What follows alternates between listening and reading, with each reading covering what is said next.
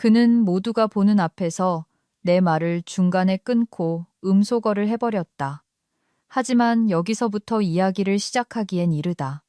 끝의 시작은 그곳이 아니었으니까. 모든 것은 3주 전 조직 개편 회의에 초대받아 부사장님의 26살짜리 아들 박지훈을 마주하게 되면서부터 시작되었다. 그는 발렌시아가 스니커즈에 소매에 플라스틱 클립 자국이 선명한 드레스 셔츠 위로 아크테릭스 조끼를 걸친 모습이었다. 그의 악수는 힘이 없었고 질문은 요점 없었으며 그의 미소, 즉 이 방 안의 모든 사람이 자기가 내뱉는 공기를 마시는 것만으로도 행운이라고 생각하는 듯한 그 거만한 비웃음은 정말이지 꼴불견이었다. 그는 자신을 우리의 전략 총괄 자문이라고 소개했고 즉시 회의 일정을 삭제하고 우리의 코드 리뷰 프로세스를 망가뜨렸으며 그 모든 것을 무능함이 곁들여진 TED 강연처럼 느껴지는 애자일 체크인으로 대체해버렸다. 나는 코어라인 알클라인, 이 깜빡이는 조명과 고장, 난 캡슐 커피 머신이 있던 작은 회의실의 화이트보드 스케치 시절부터 개발을 이끌어왔다. 11년간의 밤샘, 스트레스성 편두통, 그리고 도쿄의 포춘 100대 기업 고객을 위한 배포창이 열렸던 새벽 3시 12분의 코드 커밋으로 이뤄진 세월이었다. 그런데 이제 리더 코스프레를 하는 이 낙하산 인사가 현대화를 하겠다고 나선 것이다. 한 번은 그가 비용을 절감하기 위해 AWS를 그냥 드롭박스로 바꾸면 안 되냐고 물은 적이 있었다. 또 다른 한 번은 챗봇 어시스턴트를 고용해서 우리의 CI/CD 파이프라인을 다시 작성하자고 제안했다. 그는 이중화라는 단어의 철자도 제대로 모를 위인이었지만 코어라인이 단 한 명의 고객이라도 지연을 느끼기 전에 6개의 폴백 트리거를 갖추고 있는 이유를 이해는커녕 데이터 정제 작업에 그렇게 많은 엔지니어가 필요 없다고 주장했다. 나는 논쟁하지 않았다. 조용히, 철저하게, 정확하게 모든 것을 기록했을 뿐이다.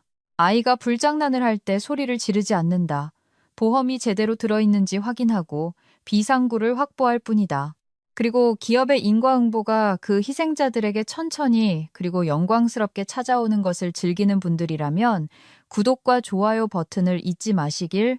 1초도 걸리지 않는 이 행동이 불길 속에서 살아남아 설계도를 들고 걸어 나온 사람들의 이야기를 계속해서 전해줄 테니 다시 박지훈 이야기로 돌아가자. 그는 고인물 데드웨이드에 대해 속삭이기 시작했다. 분산 해시 테이블이 무엇인지 설명도 못하면서 데이터 정제만을 위해 그렇게 많은 엔지니어는 필요 없다고 우기는 사람의 입에서 나올 소리로는 아주 풍성했다. 내 팀은 그가 대학술 게임을 외우고 있을 때에도 보안 파이프라인을 성공적으로 출시해온 노련하고 똑똑한 사람들이었다. 그런데 갑자기 단 한 번의 대화도 없이 날아온 새로운 조직도에 따라 우리는 임시로 그에게 보고하게 되었다. 나는 잘 맞춰주는 척했고 전화를 받았으며 그의 무지함에도 미소를 지었다. 하지만 동시에 나는 오래된 문서를 샅샅이 뒤지고 접근 기록을 확인했으며 더 중요하게는 내 고용계약서를 다시 꺼내보았다. 바로 그때 그것을 발견했다. 창업 초기에 작성된 부칙. 인사팀의 게으름과 지난 10년간 제대로 감사받지 않은 조직 개편 덕분에 여전히 유효한 그 조항. 코어라인의 핵심 라이선싱 IP를 단 한 사람의 지속적인 고용에 묶어두는 조항이었다. 내 이름. 그들은 그것을 업데이트하지 않았고 재할당하지 않았으며 그 세부 조항을 읽어본 적도 없었다. 활성 계약 가치만 2천억 원 1억, 8천만 달러에 달하는 시스템의 키를 시동이 걸린 차에 그대로 꽂아두고 누가 그 망할 차를 만들었는지는 확인도 하지 않은 채 엔진이 저절로 굴러갈 것이라고 가정한 것이다. 분노는 느껴지지 않았다. 아직은 그저 산사태가 이미 시작되었고 언덕 위에서 일기예보와 낙하산을 들고 서 있는 사람이 나뿐이라는 것을 깨달았을 때 느끼는 그 서늘한 정적만이 감돌았다. 그들은 우리의 백본 툴에 대한 감독권을 자기가 방금 어디로 걸어 들어왔는지 전혀 모르는 신격화된 낙하산에게 넘겨버렸다. 그래서 나는 지켜보고 기록하고 기다렸다. 그는 이것을 전략적 재편이라고 불렀다. 그렇게 말하면 덜 모욕적일 거라고 생각한 모양이다. 어느 목요일 아침 예고도 사전 자료도 없이 박지훈에게서 폭탄 같은 회의 초대가 날아왔다. 팀 방향성 업데이트, 전원 필수 참석. 우리 모두가 접속하자 그가 화면에 있었다. 카메라는 너무 가까웠고 머리는 마치 테크 팟캐스트를 진행하는 사람처럼 젤로 고정되어 있었으며 방금 참가상을 받은 사람처럼 희죽거리고 있었다. 금일부로 그가 말했다. 이서연 팀장님의 팀은 임시 최적화 전환의 일환으로 제게 보고하게 됩니다. 나는 천천히 눈을 한번 깜빡였던 것을 기억한다. 임시라는 단어는 MBA 학교에서 아직 잉크 냄새가 나는 사람의 입에서 나올 때면 항상 영구적이라는 뜻이었으니까. 그러고 나서 그는 우리의 로드맵 리뷰를 취소하기 시작했다. 그냥 보드를 깨끗이 지워버렸다. 더 이상 90일 단위의 방향성 회의도 규정 준수 점검도 없었다. 그는 심지어 우리가 배포 안정성을 측정하는 데 사용하던 티켓 추적기마저 삭제했다. 너무 세부적이라는 이유였다. 그 자리에는 덴버에서 온 컨설팅 회사가 들어왔다. 아무런 자격 증명도 온보딩도 없이 그저 똑같은 폴로 셔츠를 입은 세 남자가 나타나더니 전체 스택을 파이썬으로 포팅할 수 있냐고 묻기 시작했다. 더 힙하다는 이유에서였다. 그들 중 한 명은 회의 도중에 로드 밸런서가 무엇인지 구글에 검색해야 했다. 다른 한 명은 우리 고객들이 그냥 에어테이블을 사용하는 건 고려해 본 적 없냐고 물었다. 내가 이걸 지어내고 있다면 좋겠다. 나는 박지훈에게 슬랙을 벗어나 비공식적으로 왜 그들에게 샌드박스 접근 권한부터 주면서 서서히 적응시키지 않는지 물었다. 그의 대답은 이랬다. 우린 이제 애자일하게 가는 겁니다. 이 팀장님. 구시대적 사고에 갇히지 마세요. 팀 플레이어가 되셔야죠. 그래, 팀 플레이어. 그 오래된 상투적인 말. 나는 11년 동안 팀 플레이어였다. 나는 해외 사이버 공격 중에도 클라이언트 데이터를 보호하는 프레임워크를 구축했다. 나는 다운타임 없이 36시간 안에 전체 인프라를 다른 공급업체로 이전했다. 하지만 물론이지. 핫 리로드를 배달의 민족에서 시키는 음식쯤으로 아는 애송이에게 한 수 배워야지. 그날 밤 나는 무언가를 증명하기 위해서가 아니라 준비하기 위해 늦게까지 남았다. 나는 지난 5년간의 모든 수정 기록, 모든 저작자 스탬프, 내가 만들었던 모든 커밋을 전부 뽑았다. 이 일이 어디로 향하고 있는지 알았기 때문이다. 그리고 나는 내 지문이 외주로 만들어진 스파게티 코드와 버즈워드 더미 아래에 묻히게 둘 생각은 없었다. 그때 나는 코어 라인이 단지 구상에 불과했고 창업자가 그 끔찍한 스티로폼 컵에 블랙커피를 마시던 시절에 서명했던 원본 라이선싱 문서를 다시 열었다. 몇 년 동안 들여다보지 않았지만 무언가가 확인해보라고 말하고 있었다. 그리고 거기에 있었다. 6.22 조항. 기술적 관리의 연속성에 관한 문단 중간에 묻혀있던 뭘 찾아야 할지 모르는 사람이라면 귀찮아서 읽지도 않을 그 조항에 IP 연속성 및 통제권 보유는 명시된 주요 아키텍트의 존재에 귀속된다. 어떠한 빠져나갈 구멍도 또는 지명인이라는 말도 없이 단지 하나의 이름, 내 이름만 적혀 있었다. 나는 의자에 등을 기댔고 코로 숨을 내쉬었으며 그 문장을 오랫동안 응시했다. 그들은 나를 유물, 기계 속에 대체 가능한 톱니바퀴라고 생각했다. 하지만 그 계약서는 다르게 말하고 있었다. 그 계약서는 내가 그 집 안에 있지 않으면 집이 서 있을 수 없다고 말하고 있었다. 나는 미소 짓지 않았다. 자랑하지도 않았다. 그저 PDF 사본을 저장하고 암호화하여 세 곳의 다른 오프사이트 백업에 넣어두었다. 나는 아직 이곳에 있었지만 방금 비상 안전장치를 찾은 것이다. 그리고 그들이 밀어붙인다면 나는 중력이 나머지를 처리하게 둘 생각이었다. 그들은 6시간도 안 돼서 스테이징 환경을 망가뜨렸다. 점심시간이 되기도 전에 전체 프리 프로덕션 환경이 피를 토하며 멈춰버렸다. 컨설턴트 중 한 명, 아마 트레버였던 것 같은데 성능 개선을 위해 설정 스크립트를 수정하다가 실수로 데이터 정제 레이어의 절반을 비활성화시켰다. 코어 라인에서 이는 한 가지를 의미했다. 오염된 기록들이 VIP 클라이언트 버킷으로 마치 하수처럼 흘러들어가는 것. 나는 그들이 알아채기도 전에 내 휴대폰으로 들어온 경고를 보았다. 로그인해서 문제의 원인을 추적하고 타임스탬프를 확인한 후 슬랙에 문제 해결을 돕겠다는 짧은 메시지를 입력했다. 단 5단어였다. 박지우는 거의 즉시 답장했다. 필요 없습니다. 레거시 지식은 확장성이 없으니까요. 바로 그 순간 공기가 바뀌었다. 그것을 느낄 수 있었다. 내 팀은 침묵에 잠겼다. 반응 이모지도 타이핑 중이라는 표시도 없이 그저 죽음 같은 정적만이 흘렀다. 그들이 동의해서가 아니라 벽에 쓰인 글씨를 보았기 때문이었고 내가 슬랙스레드와 기업의 상투적인 말로 이 싸움을 벌이지 않을 것이라는 것을 알 만큼 나를 잘 알았기 때문이었다. 나는 답하지 않았다. 그냥 노트북을 덮고 그 침묵 속에서 잠시 더 앉아 있다가 사무실이 어두워지고 VPN 로그가 조용해지며 쉐어포인트 알림이 잠든 퇴근 시간 이후까지 기다렸다. 그러고 나서 나는 움직이기 시작했다. 먼저 모든 개인 파일, 오래된 캘린더, 사이드 프로젝트 노트, 2019년 4분기 장애 동안 카페인 섭취량을 추적했던 스프레드시트를 모두 옮겼다. 그 다음 내 디렉터리를 암호화하고 몇 년 전 출장용 노트북을 위해 작성했던 스크립트로 임시 캐시 파일을 삭제했다. 요란하지 않게 흔적도 없이 그 후 나는 몇 년간 건드리지 않았던 잠긴 폴더 코어라인 연속성 LUB3을 열었다.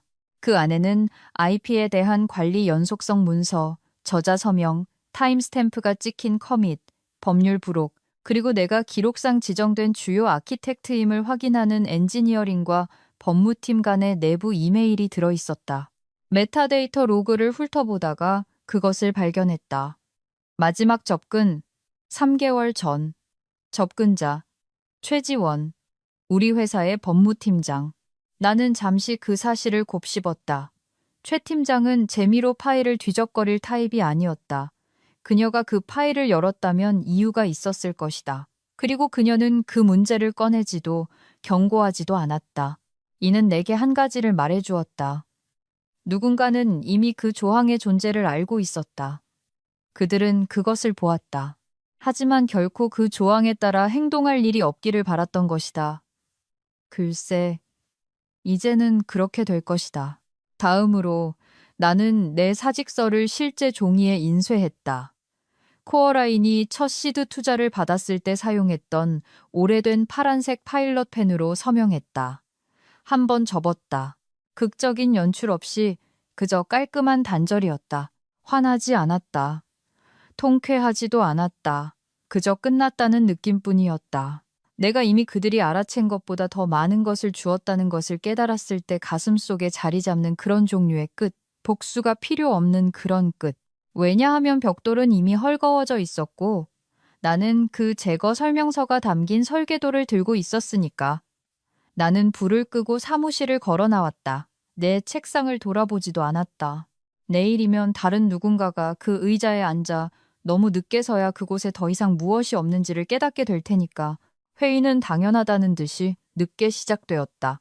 박지훈이 마치 크로스핏 단톡방에서 세계 평화를 해결하고 온 사람처럼 단백질 쉐이크를 마시며 예정 시간보다 10분 늦게 들어왔을 때 회사의 절반은 이미 줌 대기실에 들어와 있었다. 여러분, 빅뉴스입니다. 그가 희죽거리며 말했다.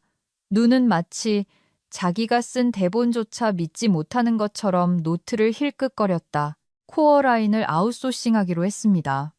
딱 그렇게 내 단어, 아무런 맥락도 예고도 없이 내 메일함이 실시간으로 불타올랐다.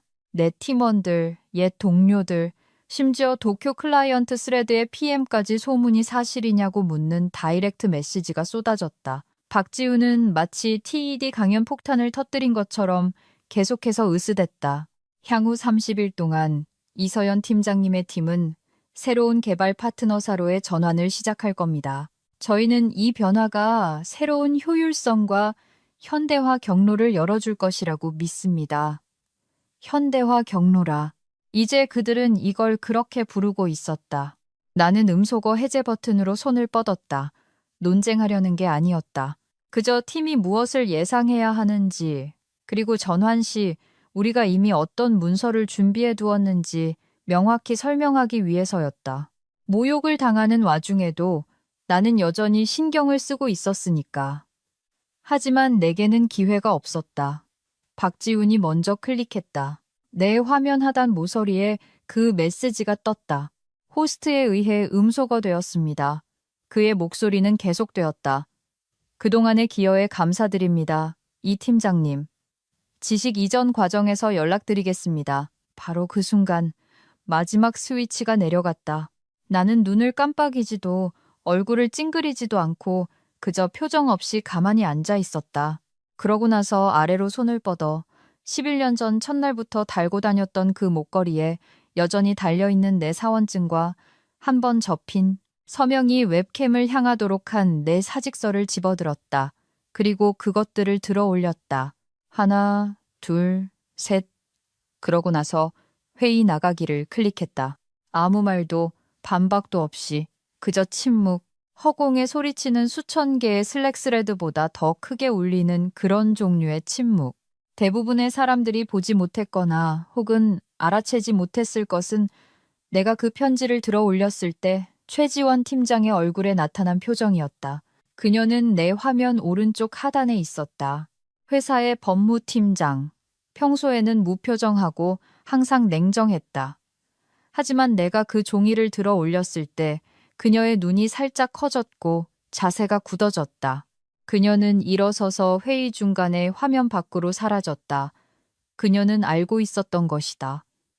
다른 사람들은 계속해서 떠들었다. 신입사업 개발팀원 중 한 명이 박수를 치기 시작했다. 한 컨설턴트는 앞으로 나아가는 것에 대한 농담을 던졌다. 창업자는 심지어 그 회의에 있지도 않았다. 하지만 최 팀장은 방금 무슨 일이 일어났는지 보았다. 이제 공식적으로 연속성 보유자는 더 이상 고용된 상태가 아니었고 코어라인의 라이선스 계약과 관련된 모든 시계가 똑딱거리기 시작했다. 최 팀장이 임원 채널에 도착했을 때쯤 슬랙은 이미 불타고 있었다. 내 사직서, 스턴트 스크린샷이 들불처럼 퍼져나갔다. 어떤 이들은 웃는 이모티콘과 함께 공유했고 다른 이들은 조용한 WTF 메시지를 개인 스레드에 남겼다. 다른 팀의 엔지니어들은 추측하기 시작했다. 진짜 회의 중에 그만둔 거야? 저거 연출된 퇴장 아니야? 한 명은 조커가 병원을 폭파하고 걸어나가는 GIF를 올렸다. 고상하기도 하지. 하지만 법무팀은 웃지 않았다. 오후 2시 47분까지 최 팀장의 사무실은 창업자의 비서에게 우선순위 메시지를 보냈다. 제목, 코어라인 라이선스 긴급. 본문, 저희가 방금 코어라인을 잃었을 수도 있습니다. 6.22 조항에 대해 즉시 논의해야 합니다. 창업자는 처음에는 그게 무슨 의미인지조차 몰랐다. 그 계약서를 본 지 11년이 지났기 때문이었다. 회사가 50명을 넘어선 이후로는 엔지니어링에 손을 떼었다. 그때부터 그는 백로그 리뷰보다 골프 약속을 더 많이 잡기 시작했다. 하지만 최 팀장은 알고 있었다. 그녀는 원본 IP 출원 서류, 내 서명이 있는 부칙, 코어라인의 독점 코드베이스를 한 줄 한 줄 단 한 명의 연속성 보유자의 존재와 묶어놓은 법적 서신들을 꺼내들었다. 부서도 직책도 아닌 한 사람의 이름, 내 이름. 그리고 그때 상황은 더 악화되었다. 박지훈이 데려온 컨설턴트들은 여전히 시스템에 접근할 수 없었기 때문이다. 그들은 루트 권한이 없었다. 감독자 토큰 없이는 스테이징 환경에조차 접근할 수 없었는데 나는 요청받은 적이 없었으므로 그 토큰을 준 적이 없었다. 아무도 권한 이전을 요청할 생각을 하지 못했다. 아무도 내가 정말로 떠날 것이라고 생각하지 못했다. 창업자의 메일함이 오후 3시 12분에 다시 울렸다. 시스템 알림, 라이선스 종속성 트리거됨, 주요 아키텍트 미지정, 코어라인 접근 등급 제한 모드 시작됨, 규정 위반까지 영업일 기준 17일 남음. 그게 전부였다. 몇 년 전 우리가 설치했던 라이선스 관리자의 자동화된 플래그 하나, 그것은 오직 연속성이 깨졌을 경우에만 경고하도록 설정되어 있었다. 내가 직접 그 알림 문구를 작성했던 기억이 났다. 박지우는 마치 아무 일도 없었다는 듯 계속해서 상태 업데이트를 게시했다. 전환 일정은 예정대로 진행 중. 컨설턴트들은 월요일에 데브옵스와 미팅 예정. 그는 아무것도 몰랐다. 한편 최 팀장은 워룸을 소집하고 있었다. 비유적인 의미가 아니라 블라인드가 내려진 실제 잠긴 회의실에서 5명의 법무팀이 라이선스의 모든 버전, 모든 타임스탬프, 기술적 관리에 묶인 모든 법적 의무를 샅샅이 뒤지고 있었다. 마침내 누군가가 제대로 된 질문을 던졌다. 만약 그녀가 돌아오지 않으면 어떻게 됩니까? 그 대답은 그렇다면 코어라인 인프라 위에 구축된 모든 계약은 위반 상태가 됩니다. 우리는 IP 권리, 고객 신뢰, 그리고 스택 전반에 대한 접근 통제권을 잃게 됩니다. 모든 것을 처음부터 다시 구축하거나 재라이선싱해야 할 겁니다. 그리고 이 모든 일은 내가 단 한마디도 하지 않는 동안 일어나고 있었다. 나는 건물에 없었고 슬랙에도 없었으며 전화도 받지 않았다. 나는 이미 떠난 후였다. 그리고 그들은 그것이 무엇을 의미하는지 이제 막 이해하기 시작하고 있었다. 박지우는 그것을 상징적이라고 불렀다. 그가 사용한 단어였다. 마치 11년의 인프라에 묶인 내 이름이 서버렉에 남겨진 커피 머그잔처럼 그저 감상적인 장식에 불과하다는 듯이 그는 법무팀의 아침 회의에 쳐들어와 마치 구원의 열쇠라도 쥔 것처럼 휴대폰을 흔들었다. 여러분 진정해요. 이 조항은 창업 초기의 형식적인 문구일 뿐이에요. 시행될 의도가 없었다고요. 상징적인 거라고요. 라이선스를 재할당하면 돼요. 그냥 문서를 업데이트하고 넘어가자고요. 최 팀장은 눈 하나 깜짝하지 않았다. 그녀는 안경을 내려놓고 라이선싱 계약서의 디지털 사본을 화면에 띄운 뒤 6.22 조항을 가리켰다. 코어라인 시스템의 연속성과 운영 통제권은 주요 아키텍트의 고용 상태와 분리될 수 없다. 루트 지적 재산권의 양도는 명시된 보유자의 동의 없이는 무효이다. 서명 이서연.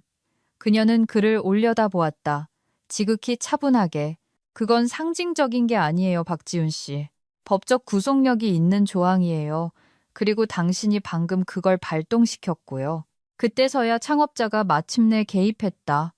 전사상태 회의는 취소되었고 그 자리는 참석이 제한된 핵심 대응 회의로 대체되었다. 최 팀장, 창업자, 2명의 시니어 엔지니어, 그리고 전사회의 이후 잠을 못 잔 듯한 박지훈이 워룸으로 들어섰다. 누군가 블라인드를 닫았다. 다른 누군가는 이미 IP 타임라인과 계약 갱신일이 적힌 화이트보드를 끌고 들어왔다. 창업자의 첫 마디는 이랬다. 이거 해결할 수 있다고 말해줘. 침묵. 시니어 엔지니어 중 한 명이 중얼거렸다. 그녀의 서명 없이는 안 됩니다. 한편 나는 80km 떨어진 곳에서 내 것이 아닌 소파에 몸을 말고 오리 그림이 바랜 낡은 머그잔에 담긴 미지근한 커피를 마시고 있었다. 에어비앤비는 조용했고 마치 그림처럼 고요한 호숫가에 자리 잡고 있었다. 이메일도 전화도 슬랙도 없었다. 오직 나와 어둠의 왼손 페이퍼백 한 권, 그리고 금박처럼 물가에 부서지는 낮은 햇살뿐이었다. 내 휴대폰이 3번 울렸다. 나는 보지 않았다. 이미 누구인지 알고 있었다. 최 팀장이 한 번 전화했지만 음성 메시지는 남기지 않았다. 창업자 회의가 시작된 지 정확히 20분 후에 찍힌 부재중 전화 한 통뿐이었다. 사무실에서는 마침내 누군가가 마지막 계약 감사 이후 한 번도 건드리지 않은 법무팀 공유 드라이브에 묻혀있던 파일을 찾아냈다. 양도 결정 문서, 최지원 서명 PDF. 그것은 비어 있었고 서명되지 않았다. 우리가 전환 서류 작업을 끝내지 않았기 때문이었다. 아무도 내가 떠날 것이라고 생각하지 않았기 때문이었다. 박지훈이 권위와 소유권의 차이를 결코 이해하지 못했기 때문이었다. 그들은 감사 기록을 계속해서 확인하며 혹시 최 팀장이 놓쳤을지 모를 허점을 찾으려 애썼다. 하지만 메타데이터는 모든 이야기를 말해주고 있었다. 내가 저자였고 서명자였으며 관리자였다. 그리고 내가 그 문으로 다시 걸어 들어와 양도에 서명하지 않는 한 그들은 단지 접근 권한을 잃은 것이 아니었다. 그들은 코어라인을 잃은 것이다. 그리고 나는 호수 표면을 스치는 오리들을 바라보며 책장을 넘기고 공황과 공유할 필요 없는 공기를 마시고 있었다. 그들은 내 문 앞에 나타나는 것만 빼고 모든 수단을 시도했다. 월요일까지 창업자는 비서를 시켜 링크드인을 샅샅이 뒤지며 내가 어디로 갔는지 알만한 사람을 찾게 했다. 옛 동료, 대학 친구, 심지어 2014년 제주도 데브세곱스 컨퍼런스에서 잠시 데이트했던 남자까지. 그는 거의 10년 만에 연락한 것처럼 야, 괜찮냐? 라는 혼란스러운 메시지를 보내왔다. 인사팀은 상호 이익이 되는 해결책을 모색하기 위해 다시 연락드리고 싶습니다라는 형식적인 이메일을 보냈다. 법무팀은 내가 결코 수령 서명하지 않은 내용 증명을 뒤따라 보냈다. 박지훈. 그는 연락하지 않았다. 아마 자기가 계획이 있는 척하느라 바빴을 것이다. 최 팀장은 그런 척하지 않았다.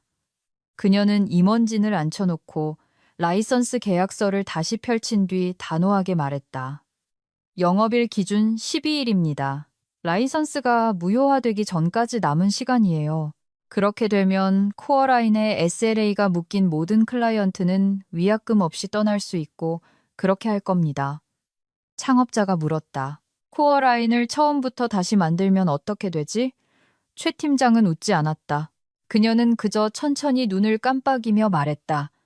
못하실 겁니다. 그들은 백업을 돌려보려 했지만 루트 토큰 없이는 프로덕션에 푸시할 수 없다는 것을 발견했다. 그 토큰들은 내 생체 인증이 필요한 볼트 체인에 묶여 있었다. 유일하게 재정의 권한을 가졌던 사람은 최 팀장이었고 그녀는 그것을 활성화한 적이 없었다. 우리 둘 다 승인하지 않는 한 코어라인은 건드리지 않기로 몇 년 전에 합의했기 때문이다. 나는 아직 리포지토리를 완전히 철회하지는 않았다. 한 브랜치는 여전히 비공개 상태로 기술적으로는 접근 가능했지만 아무도 감히 규정 준수 플래그를 발동시키지 않고는 건드릴 엄두를 내지 못했다. 그래서 나는 그들에게 메모를 남겼다. 어느 조용한 화요일 오후 비공개 리포지토리에 로그인했다. 코드 없이 단지 주석 하나만으로 마지막 커밋을 입력했다. 최종 수정본 보류됨. 작성자 삭제됨. 그러고 나서 노트북을 덮었다. 악의에서가 아니었다. 칼을 비틀기 위해서도 아니었다. 다시는 연주하지 않을 피아노의 뚜껑을 닫는 것처럼 그 일을 했다. 존중을 담아 마지막으로 본사에서는 공포가 확산되고 있었다. 한 주니어 엔지니어, 똑똑한 친구였던 배서유는 예전에 나와 함께 배포 기간 동안 야간 근무를 서곤 했다. 그녀는 단서를 찾기 위해 오래된 슬랙 스레드를 뒤졌다. 그리고 3년 전의 것을 하나 찾아냈다. 누군가가 회귀 스택 테스트 없이 새로운 기능을 서둘러 출시하고 싶어 했던 긴장된 로드맵 토론 중에 내가 올린 것이었다. 내 메시지는 간단했다. 그들이 강행하면 시스템은 망가집니다. 6.22 조항이 우리를 보호할 겁니다. 배서유는 그것을 법무팀에 전달했다. 아무런 맥락 없이 그저 메시지만. 최 팀장은 그것을 읽고 한 번 고개를 끄덕인 뒤 말했다. 그녀는 우리에게 경고했어. 그리고 여전히 나는 그들의 전화를 받지 않았다. 그들이 고통받기를 원해서가 아니었다. 나는 더 이상 그들에게 내 숨을 빚지지 않았기 때문이다. 그들은 그것을 시스템이라고 불렀지만 그것은 언제나 관계였다. 그리고 나는 소리 지르거나 건물을 불태우지 않고 조용히 그 관계를 끝냈다. 그저 걸어나와 내 뒤로 문을 잠갔을 뿐이다. 주말이 되자 침묵이 깨졌다. 회사 내부가 아니라 외부에서. 투자자 업데이트 자료가 유출되었다. 한 스프레드시트가 잠재적 기술 스택 변동성의 플래그를 표시했다. 그리고 재무팀의 누군가가 아마 악의도 없이 그저 부주의하게 VC 자문위원이기도 한 제3자 컨설턴트에게 그것을 전달했다. 48시간 후 소문이 퍼지기 시작했다. 익명 회사의 핵심 인프라 손상 가능성, 핵심 IP가 제휴되지 않은 단일 기여자와 연결됨, 주요 아키텍트 사임, 고객들 공중에 뜸, 마지막 것이 아팠다. 내가 아니라 그들에게. 고객들은 공중에 뜸 같은 단어를 좋아하지 않기 때문이다. 고객들은 이중화, 확장성, 그리고 24시간 연중 무휴 접근을 좋아한다. 기업의 감독 부실로 인한 라이선스 무효가 아니라 월요일까지 세 곳의 클라이언트가 분기별 리뷰를 취소했다. 한 곳은 다음 청구 주기 전에 전체 감사를 요구했다. 다른 한 곳은 라이선스 명확성이 해결될 때까지 갱신 논의를 중단했다. 이사회는 공황에 빠졌다. 마침내 누군가가 왜 창업자의 아들이 아직도 무언가를 책임지고 있는지 소리내어 물었다. 화요일이 되자 그는 더 이상 그 자리에 없었다. 박지훈의 사임은 비전 기대치 불일치를 탓하는 6문장짜리 이메일로 발표되었다. 감사도 파티도 작별카드도 없이 그냥 사라졌다. 창업자는 같은 날 오후 비공개 회의를 열었다. 녹취록은 유출되지 않았지만 소문은 돌았다. 그는 나를 본 사람이 있는지 물었다. 아무도 없었다. 그때 최 팀장이 나섰다. 그녀는 홍보팀을 완전히 무시하고 자기 책상에 앉아 빈 워드 문서를 열고 한 페이지짜리 성명서를 직접 작성했다. 저희는 주요 아키텍트인 이서연님의 퇴사로 이어진 결정들에 대해 깊이 유감스럽게 생각합니다. 그녀의 기여는 우리 시스템의 근간을 정의했습니다. 그녀의 역할을 훼손하고 이로 인해 발생한 운영 차질에 대해 사과드립니다. 그녀는 그것을 모든 코어라인 클라이언트 담당자에게 직접 보냈다. 2시간 후 내 휴대폰이 울렸다. 전화가 아니라 최 팀장에게서 온 메시지였다. 당신이 옳았어요. 나는 그것을 읽고 화면이 어두워지게 두었다. 아무 말도 하지 않았다. 이것은 결코 옳고 그름의 문제가 아니었기 때문이다. 이것은 너무나 철저하게, 너무나 무심하게 무시당해서 그들이 기초에 불을 지르기 전에 단 한 번도 세부 조항을 읽어볼 생각조차 하지 않았다는 것에 대한 문제였다. 한편 창업자는 나에게 편지를 쓰려고 했다고 한다. 이메일이 아니라 비서와 가까운 누군가를 통해 들었다. 그는 장문으로 직접 편지를 썼고 봉인된 채 서랍에 넣어두고 보내지는 않았다고 한다. 너무 적었고 너무 늦었다.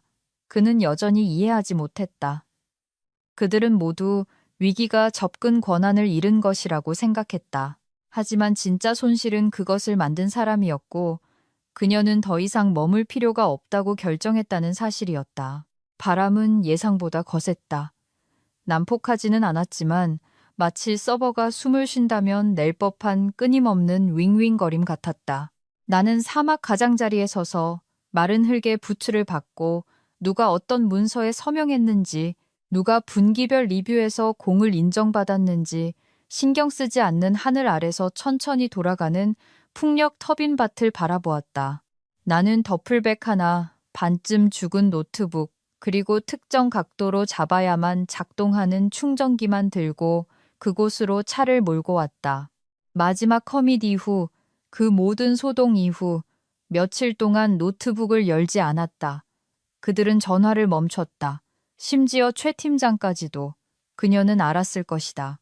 내가 화난 것도, 협상카드를 쥐고 버티는 것도, 박수갈채를 바라는 것도 아니라는 것을. 나는 그저 다음 단계로 나아갔을 뿐이다. 그게 사람들이 절대 이해하지 못하는 부분이다. 그들은 떠나는 것이 약함이라고 생각한다. 머물면서 고통받는 것이 무언가를 증명한다고. 하지만 침묵에는 당신 없이 탑이 무너지게 두는 것에는 힘이 있다.